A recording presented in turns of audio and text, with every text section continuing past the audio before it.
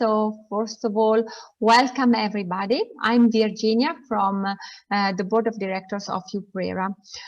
This is the last webinar of our autumn session, through which we share knowledge on several topics. You can have a look in our website to get more information, and feel free to contact me at any time for more details. So, on behalf of the EUPRERA Board of Directors, I'm happy to congratulate Sasha and Daniel on winning this special award and recognition to the work they've done so far, and also thanks to Alex, who as the chair of the jury has done a huge work through the whole year. So thank you all. Congratulations again to the winners. And now I will leave the word to Alex. Thank you, Virginia. Yeah, welcome all. Thank you for joining us for this online celebration this year of our winners of the Master Thesis Award. Which is really a celebration of all the great PR education as performed by European higher education institution, and reflects and shows really the evolving of the field and the knowledge in the field. I just want to highlight that the two winners today came out, as always, out of a highly competitive process. So we had this year 19 applications from 9 different countries. All of the applications, even in the first round, come, of course, already with strong statements of support from the institutions. So this is very competitive. And of those 19, about half made it to the final round, where applicants submit more extended abstracts of their work. And then 7 were shortlisted, out of which we have these 2 winners, great winners today. Also, before we enter into the session and take a look at these 2 great master's theses, I just want to take the opportunity to extend my appreciation to all the colleagues in EUPRERA that have helped this process by serving as anonymous reviewers. We, of course, have 2 extensive rounds, both of which are double-blind reviewed. So this is a rigorous process that we have 2 winners emerge from today. That involves a lot of people, a lot of anonymous colleagues that put in their work and their hours here. So we want to start today with our winner of the Practical Impact Award, right? We have 2 awards, the Theoretical Impact and the Practical Impact Award. Our winner, Sasha Jurchak, and her thesis, Inside an Evolving Organization, a Framework for Assessment.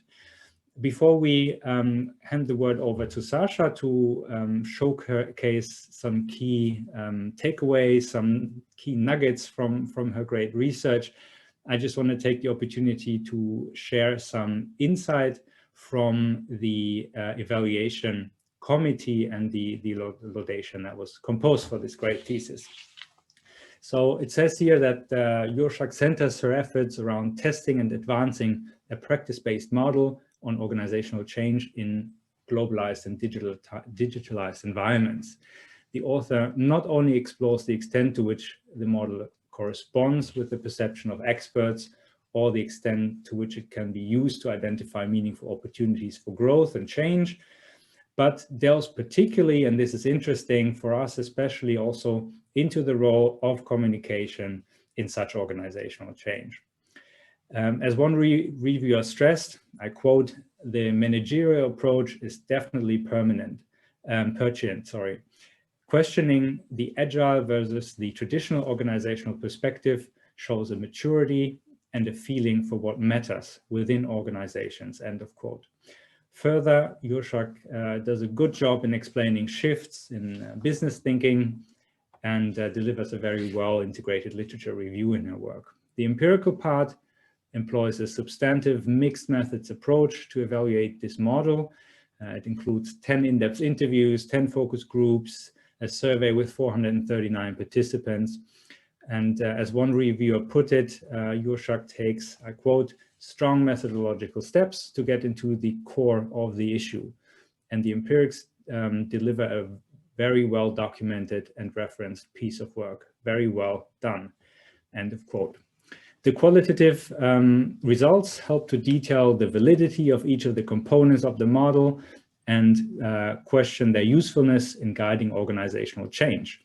While the quantitative data shows that the model was useful, rather on a general overview level, but had limitations in its linear binary elements.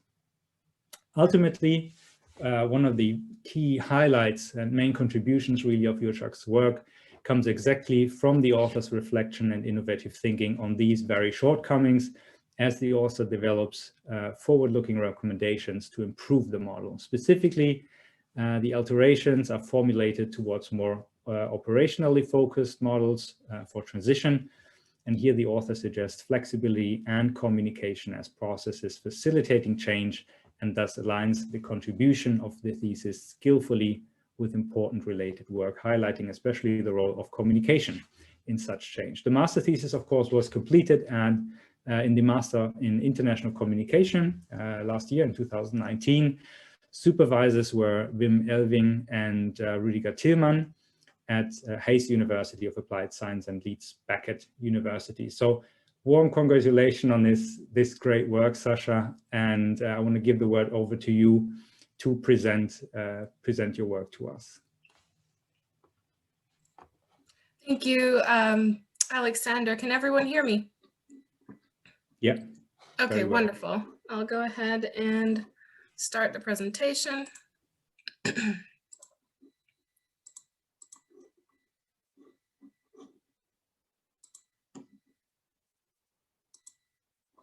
All right. Well, good morning, everyone in the United States, and good afternoon to everyone in Europe.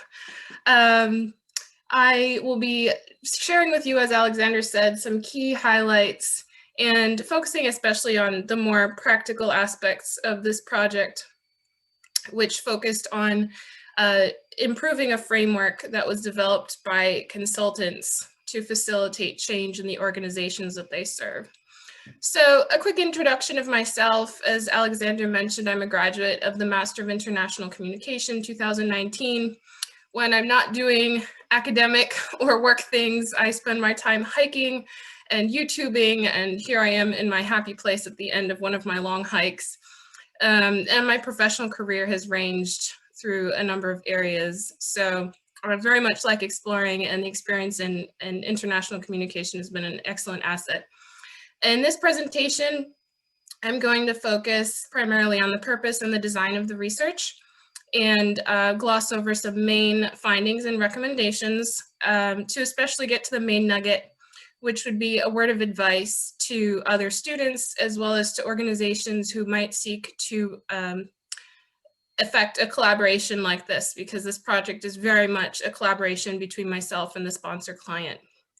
I will unfortunately have to be a bit vague about the methods and the details of the analysis. Simply, we don't have time for that today.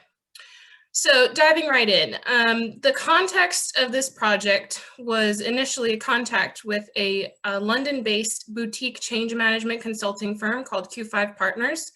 They were keen on having a research project that they would sponsor and would go into their corporate report for 2018-19. It was 2019 that they published it. So we joined efforts, we found a topic that worked for everyone, and they were full partners and sponsors throughout this project. The problem that we sought to solve was the fact that their consultants were observing many changes in society and in the business environment that have accelerated in the last decades, and they continue to accelerate. And their client organizations often were unclear on how they needed to evolve along these changes. And while consultants had access to a number of frameworks, they lacked a meta perspective type of guide. And a lot of these frameworks were very specific or operationally focused. So with a proliferation of suggestions as to what's good and what's new, what is actually based in research and what can actually help guide the decision-making process. So we started out with a model that the practitioners at Q5 had developed themselves prior to my coming on board to facilitate conversations with their clients about the direction in which they would change. So just a moment to look at this model because it's really the basis of the whole study. We have 5 axes which indicate a shift from the left to the right. So the 5 concepts on the left represent the more traditional or classic modes of organizing and managing, and they suggested that there's a movement towards the right. So from a focus on performance, which you can see on the top bar, towards a focus on purpose, organizations based in hierarchies moving towards organizations more network-based, management focused on control, evolving towards a more empowered approach of management, change, which traditionally has maybe been more of a programmatic process towards a more agile process, and leadership that has traditionally been more expertise-based, moving more towards the role of being catalysts within their organizations. So it really reflected in these 10 components on the 5 axes, perceived paradigm shift by practitioners in the field supporting organizational change. And this was presumed to better align with the current and coming business environment. So the purpose of this project we can summarize as to evaluate the model, because rather than starting from scratch and trying to come up with concepts, it made sense just to take something that practitioners had already developed from their experience and intuition and reading of business literature and evaluate it and test it with experts in the field and with actual members of organizations. So this was broken down into 4 research questions using mixed method approach. So the first 2 questions, which you can see in red, corresponded to the qualitative data analysis methods. To what extent does the model correspond with the perception of experts? So we asked experts to describe to us where they saw businesses evolving, what constructs they considered to be modern and supportive of organization movement towards the future, ways of operating that are more effective, without actually seeing the model. So then we cross-checked the concepts that were given to us by experts without even viewing the model to see what overlap there was with the actual model. And then we asked them to apply it and actually see to what extent it was helpful, to what extent the binary relationships were justified or unjustified, helpful or unhelpful, etc. So this was done through 10 expert interviews and 1 focus group discussion where we took the interview script and turned it into a very fun workshop setting.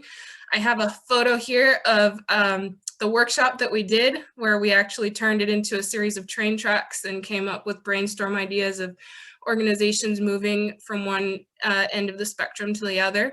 And then we discussed the experience of doing that, what worked, what didn't work, and that was basically a group workshop through the interview structure. The focus group and discussions and interview discussions examined these 3 areas, which I've already explained, and ended up in a series of mind maps, collecting all of these contributions of the experts and seeing which things were repeated and becoming very clear contributions, kind of a consensus. Here you can see the performance mind map where we're asking 3 main questions. If you look at the 3 bars in the middle, to what extent is performance helpful to an evolved organization? How can organizations determine how evolved it is looking at performance in the organization, and what relating to performance would help or hinder an organization from evolving? So we took these concepts and really broke them down into very specific elements. Secondly, based on the findings of these interviews and the literature review, a questionnaire was developed. We ended up taking the 5 modern components of the right-hand side in this phase of the research, adapting them a little bit because we already identified some problematic areas that we were able to rectify a little bit with slight changes of terminology and more clearly defining terms.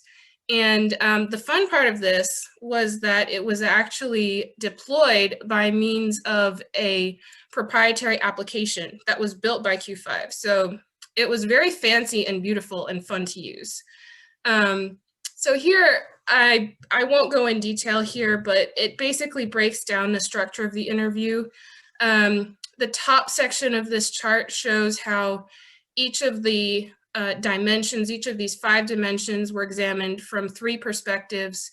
We looked at it from the perspective of organizational mindsets, how people think in the organization, organizational practices, what people actually do on a regular basis, and then the subjective experience, the perceived experience of individuals.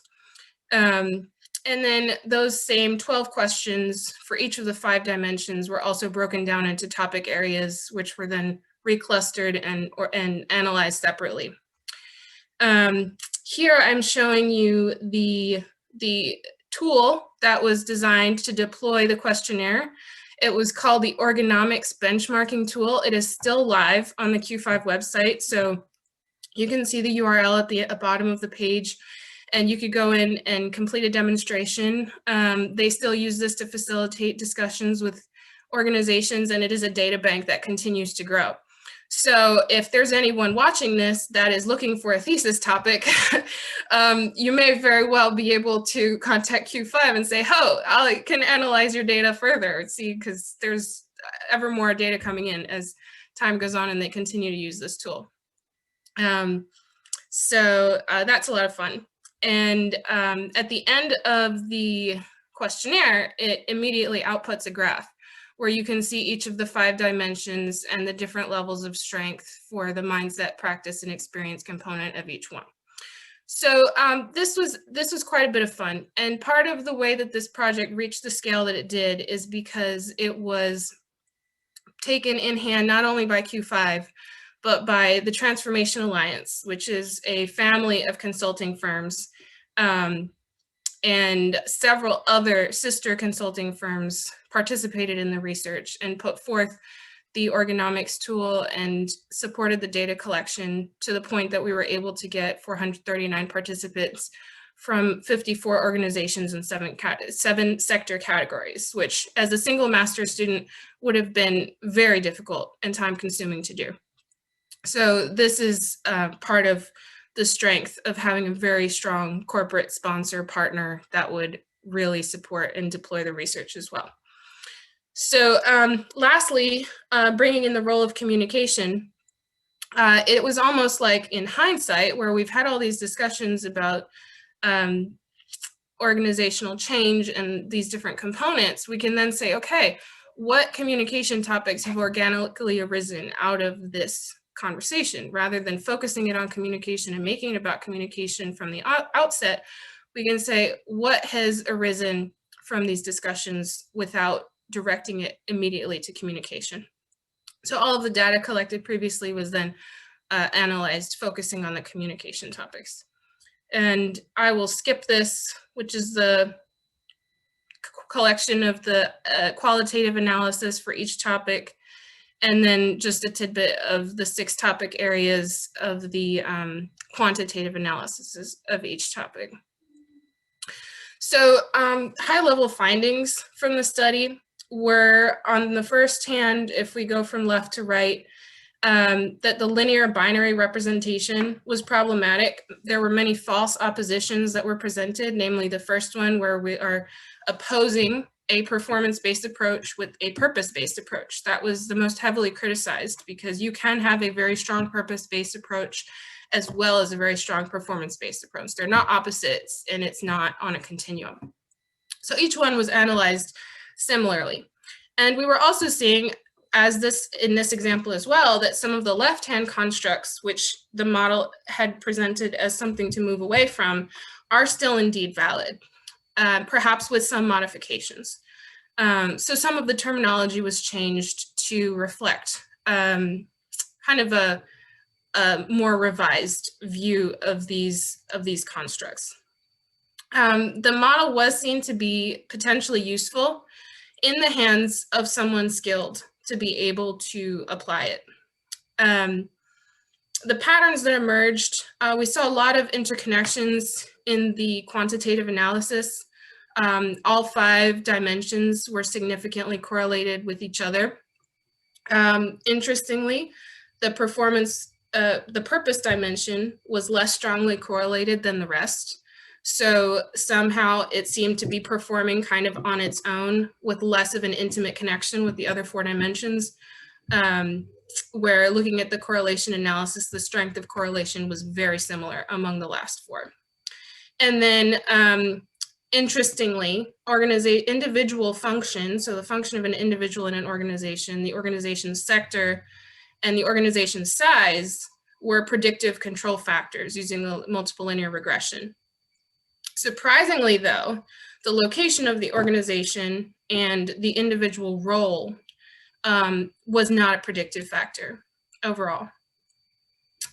And then lastly, regarding the role of communication, communication was seen to play a role in all 10 components of the original model. And what was a very fun finding was seeing that the left-hand side constructs of the model, the more traditional organizational constructs, tended to lean towards a more vertical communication from people in authority down or up, or both. Whereas the more modern organizational constructs tended to focus on the horizontal communication, communication among peers across different functions, and the opposite of that kind of siloed view of the organization. And then also, there seemed to be a very shocking deficit in actual information sharing practices in organizations. The question that asked, I could do my job more efficiently if I had quicker access to information, people agreed across the board very strongly with that statement in a way that really stood out from the entire rest of the questionnaire. So we can conclude overall that the paradigm shift that is presumed in the original model is moderately supported by the data. The topics on the left are more aligned with traditional views of organization and organization change, and the concepts on the right do align better with the buzzwords and the forward-thinking approaches. However, that doesn't mean we should throw the baby out with the bathwater. There are very valid aspects of the left side components that could be very detrimental to leave out going forward. So here is a very basic representation of what could be the beginning of a revised model. You can see how, for example, hierarchies on the right-hand bubble there is replaced by supportive structures. So it's not so much about who's in authority, it's more about having a structure to support the functioning of the organization and keep the focus. Agile was changed to adaptability in the Ergonomics tool, and then here we are adding it as a core process of flexibility, where it's more about the organization being flexible to be able to make those changes at the right time. So you can see here that we've removed the binary oppositions, we've removed the distinction between old versus new, and we're opening space to show the interconnectedness among the components. And we're also inviting organizations to customize the application based on their own context and reality. We've added the concept of openness, and we've distinguished these central attributes that would moderate the modernization efforts, namely flexibility, and then 2 aspects of communication, which be the meaningful interpersonal connection, as well as fast communication, which is the information sharing function, but with speed, was part of what we were seeing here as well. So here, don't get overwhelmed by all the words. I just wanted to show how this can break down into very specific things. So each of those 7 bubbles on the outside of these components that can be evaluated and assessed, we've broken them down into healthy manifestations, unhealthy manifestations, and enablers of organizations moving forward. So this is all coming from the qualitative analysis of the expert interviews, as well as input of prevalent literature. So if we look at performance and purpose, for example, on the performance level, we're looking at a healthy performance where outputs are produced and the organization stays profitable. It needs to stay profitable to survive. And evaluation will include not only numerical measures, but also dialogue and up-to-date mechanisms to collect feedback. So what we saw here was that the focus on financial performance, for example, was what was being detrimental. We needed to have a more holistic human-based approach to performance, etc. So if you want to read more, I'm happy to share my thesis. But very lastly, what I'd like to share is a word of advice.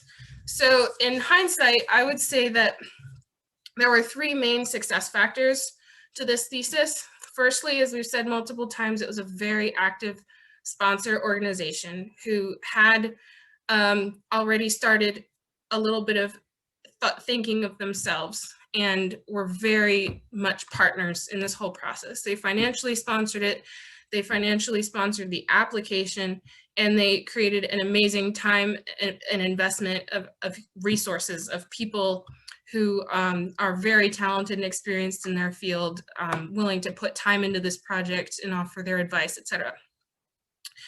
Secondly, tapping into the professional network allowed for very robust data collection that would not have been possible on an individual level, and having access to very high caliber experts for the interviews and the workshop.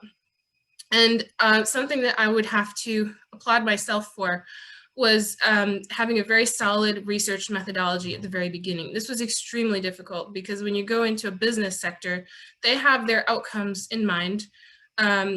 They are already on a certain track, and then trying to get that to align with an academic process is very challenging.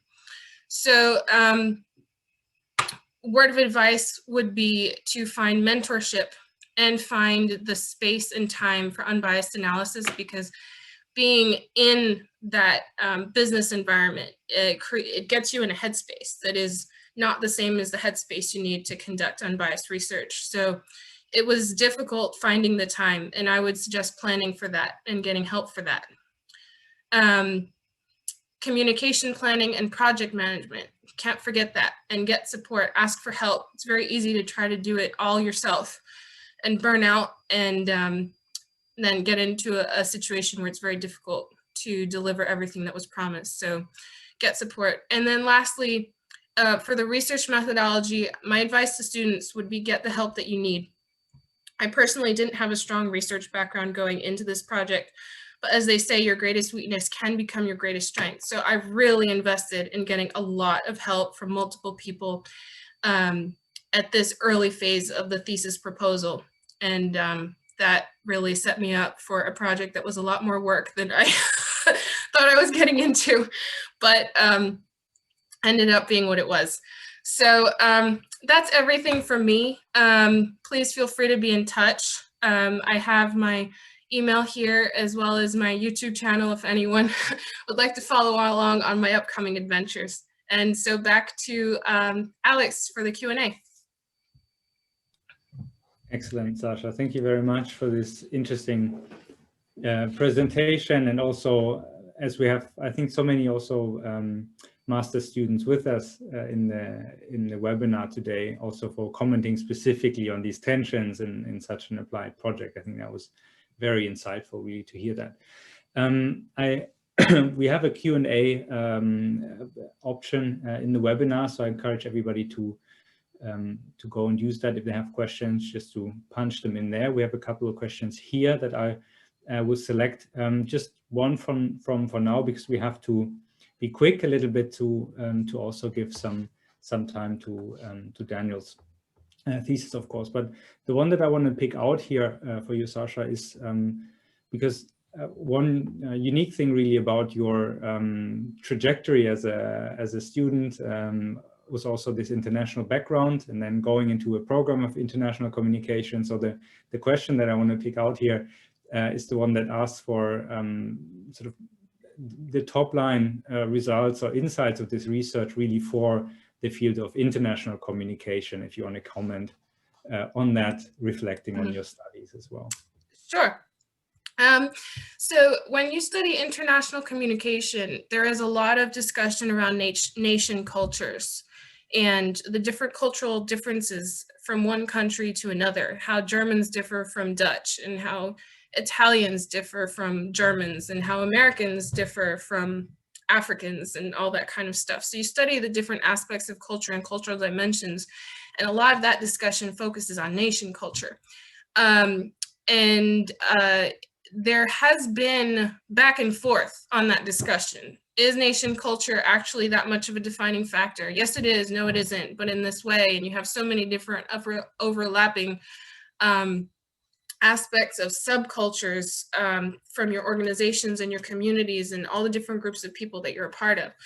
So in this research, what we found was that nation culture played a very small part. When we were comparing the results of the responses between regions and groups of different countries, there was some difference, but it was inconsistent. Certain countries differed on certain things, and then they were similar on other things across the different topics. Where we did see a very consistent difference was actually in the sector category. So if you were working in the manufacturing sector, or if you were working in the tech or business services sector, or if you were working in the tourist industry or the medical sector, you had a very consistent distinction between the responses of the individuals. So my contribution from this study would be that organization sector overall is for the population, and the questions that we were asking were stronger than nation culture differences based on the data. So that would be the contribution to the ongoing discussions about culture in the field of international communication. All right, excellent. Thank you for that answer. Taking a look at the time here, I suggest that we move over to our second candidate. It was certainly very insightful to hear about all these trends in organizational change, and also the role of communication therein. And the nice link we have, I think, between the two candidates, or the two winners rather, of our competition this year is really that everything also brought us a little bit on this management fad of agility, flexibility. So with this tension between, let's say, more agile networks of organizing versus more rigid hierarchies.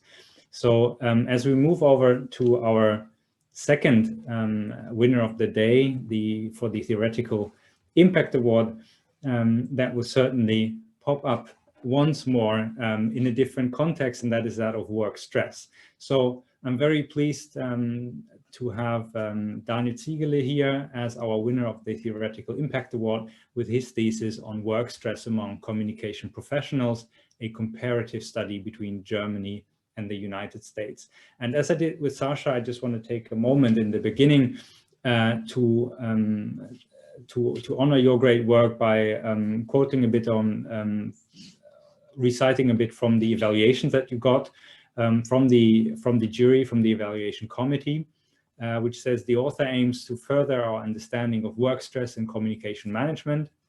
He empirically addresses stress factors and sources of stresses at work, as well as individual and organizational coping methods. And he proposes a framework of components and processes of work stress that can support and inspire further research in the field. The thesis is, in the words of one reviewer, I quote, addresses a very relevant and interesting topic. The theoretical and empirical approach are absolutely convincing and original, end of quote.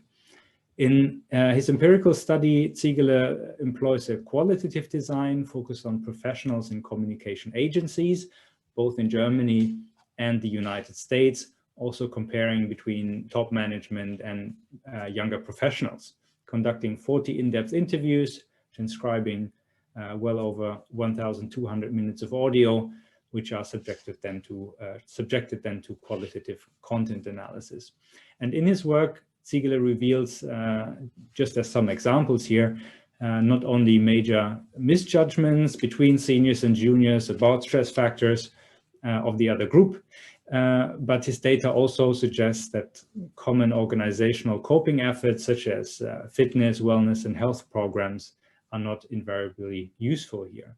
And based on his research, based on both data and and his literature review, Ziegele proposes a framework for work stress and communication management that may inspire further research, for instance, highlighting work stress related to 24/7 availability, or as we've mentioned, this trend towards more flexible, agile workspaces and practices, which has certainly become a topic of interest in recent years in the field.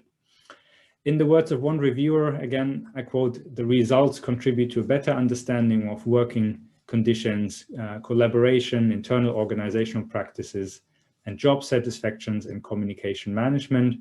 And in some," end of quote, and in some, Ziegele's work really shows a rigorous effort and original thinking focused on a little researched but important topic in the field. And his thesis is theoretically versed, it is yet practically relevant.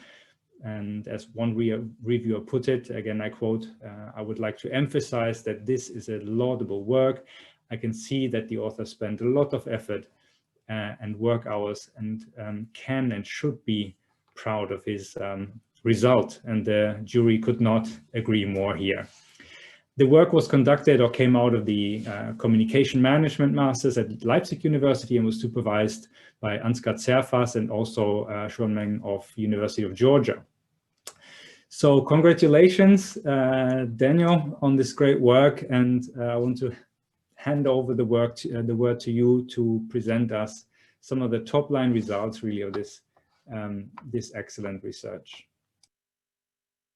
Thank you, Alexander, and also thank you to the jury.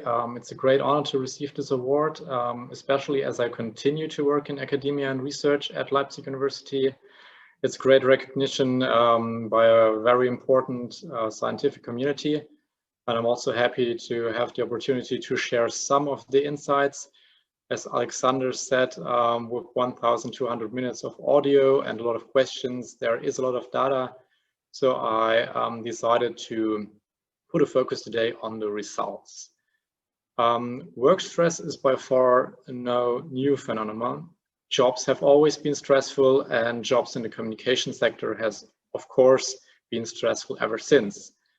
But what makes it so interesting is that maybe since 2 or 3 years ago, there was finally a spotlight on stress in PR and communication, with more and more professionals experiencing stress, burnout, and even depression.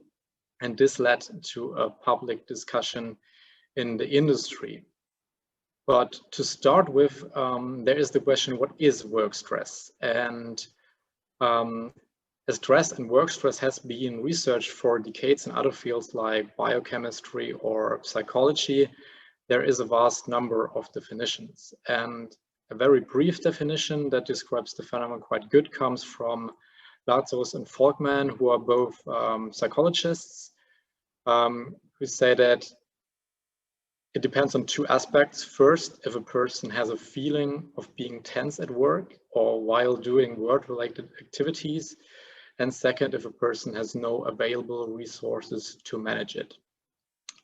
And behind this very easy definition is also a theory, the transactional model of stress and coping by the same authors, who describes stress as a complex cognitive process, which consists of 4 main pieces: the environment, the person, stress as a result of the cognitive process with the primary and the secondary appraisal. And at the end, if it's stress, you need to cope with it. And just to give a little example, nowadays everyone is participating, for example, in virtual events like this webinar. And for each person, there can be stress stimuli in the environment, such as kids running around in the home office, noise coming from somewhere, neighbors, technology challenges, maybe bad internet connection. And there is a perception filter for each individual. That means if there is noise, maybe one would perceive it, another person won't.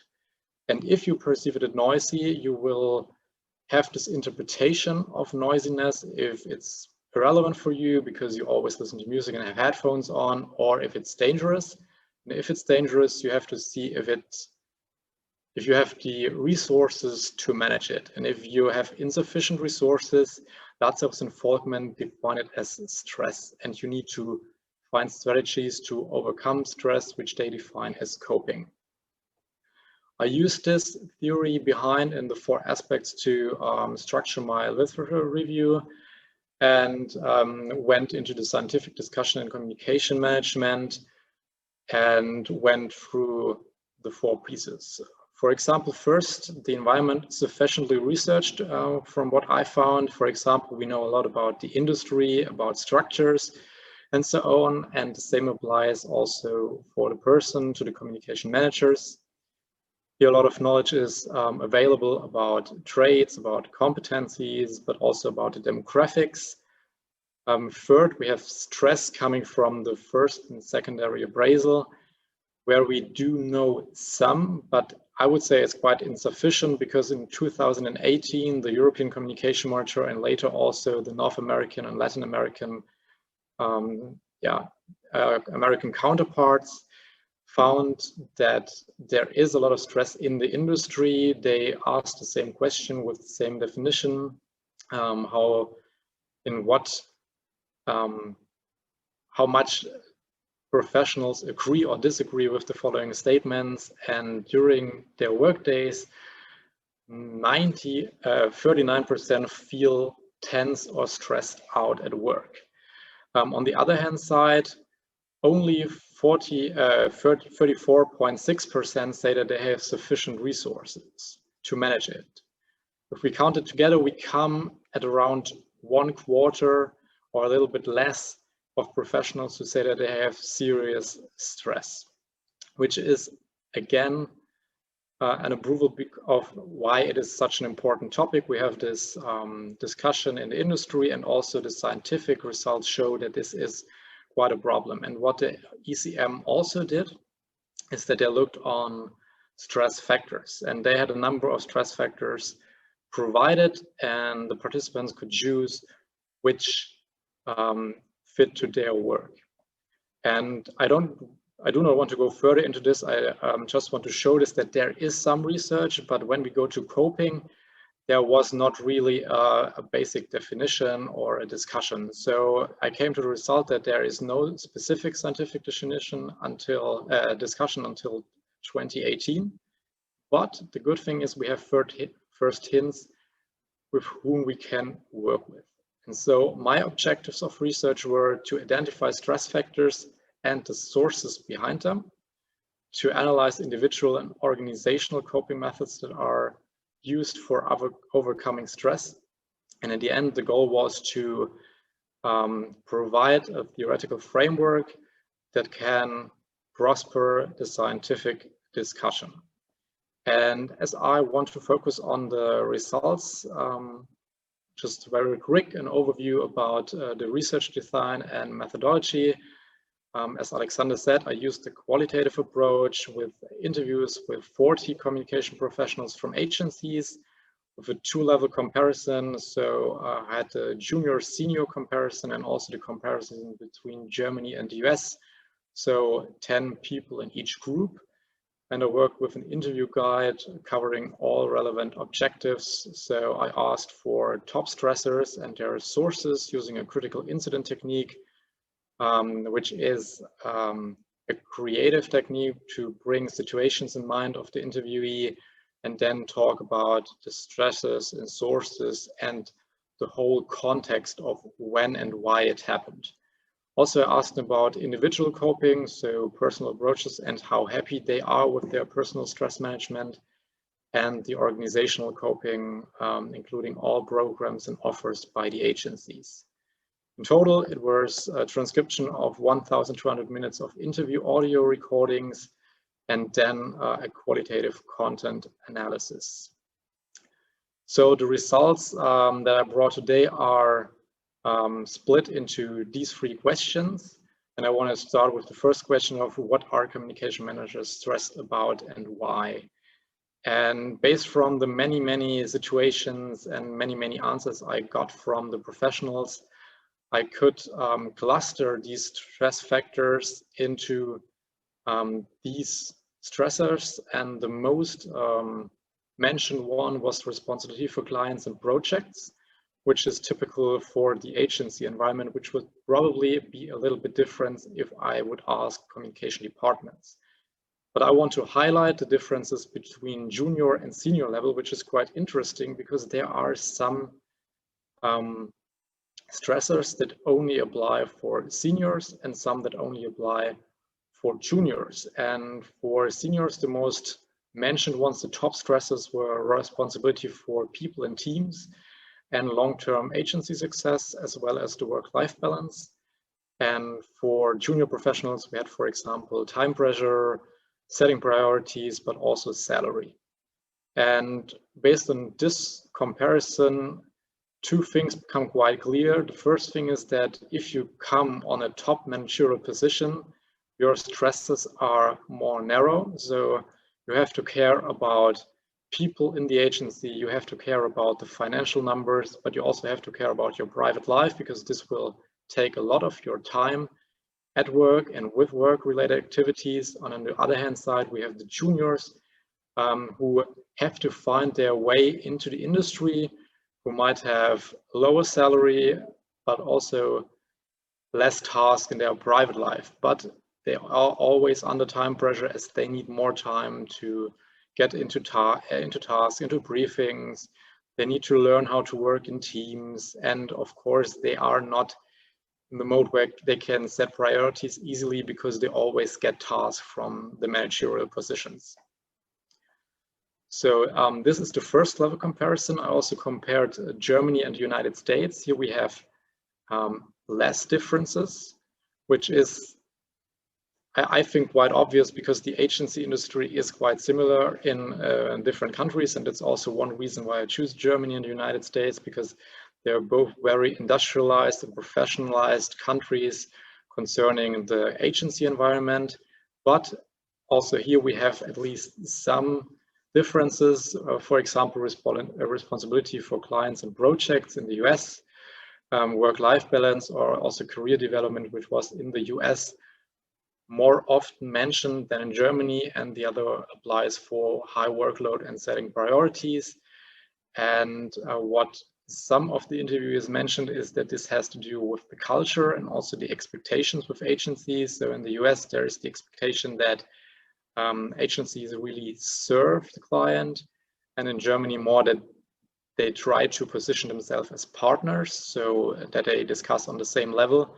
And also that especially some juniors in the US said that there's really a big competition for the best jobs in the best agencies, which leads to, for example, higher stress on responsibility for clients and projects, because you always want to have the biggest client and the best project.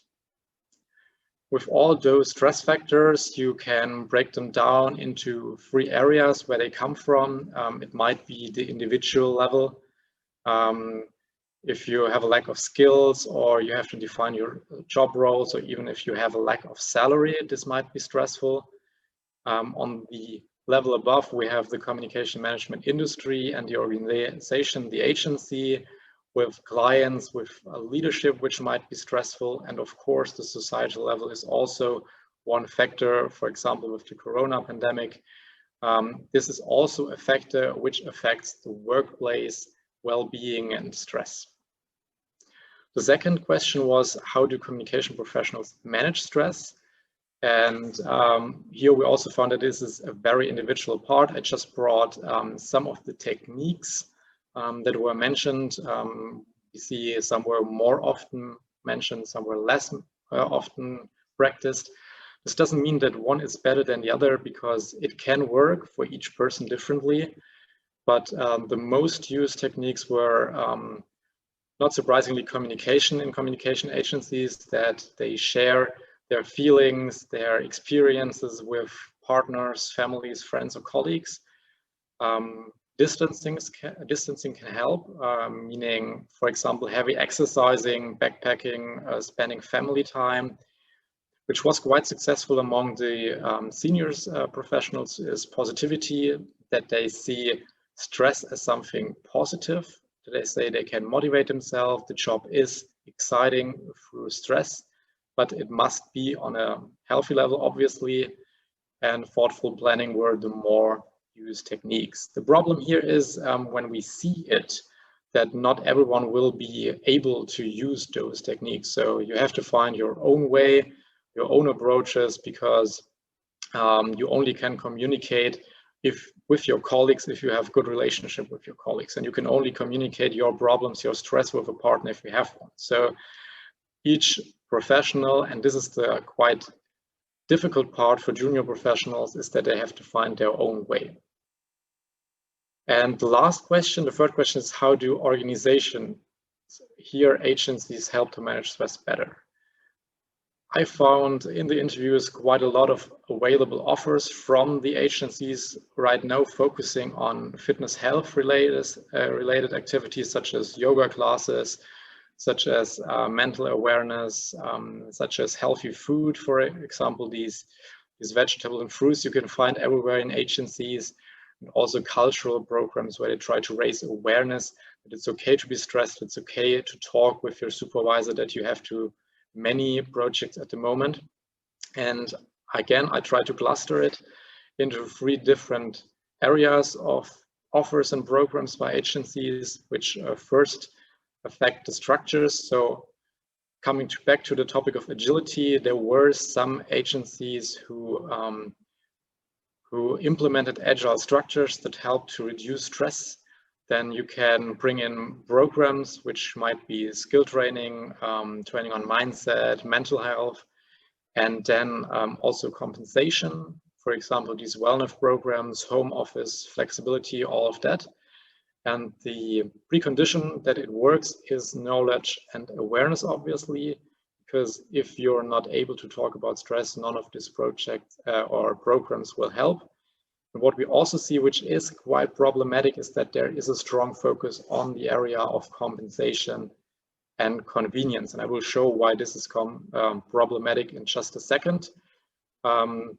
Before that, I did this quick check to see if we knew about the environment, we knew about the person, but with the study, with the qualitative interviews, I could add some more details about stressors and their sources, and I could add personal and organizational approaches. And so I was able to propose this theoretical framework. And if we start in the left and bottom side, we have the 3 layers of the environment, with the societal environment, the industry environment, and this field of tension between agency, client, and the communication manager. Then the communication manager has this cognitive process with the levels of appraisal and coping. And then the organizational coping at the top of this illustration shows that organizations can intervene at 3 different areas. They can create new structures, better structures to reduce the stress in the environment. They can build programs to help managers build resources and have better results in this individual appraisal, so that the answer is more often, yes, I do have the resources, then no, I do not have the resources. And they can also focus on convenience and compensation, which they do at the moment, which is problematic because, as we see, when you compensate here, the stress already happens. So the people are already stressed and it just helped them to cope with it better. But you could also try and put in more effort to intervene further at the beginning of the process.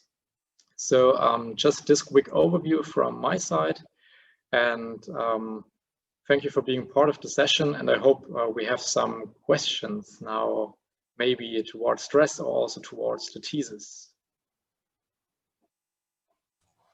Thank you, Daniel. I have some questions here. Also, the Q&A, of course, remains open. So if participants still have questions, you can keep them coming. One question that I want to pick out here for you, Daniel, also knowing again that we have quite a few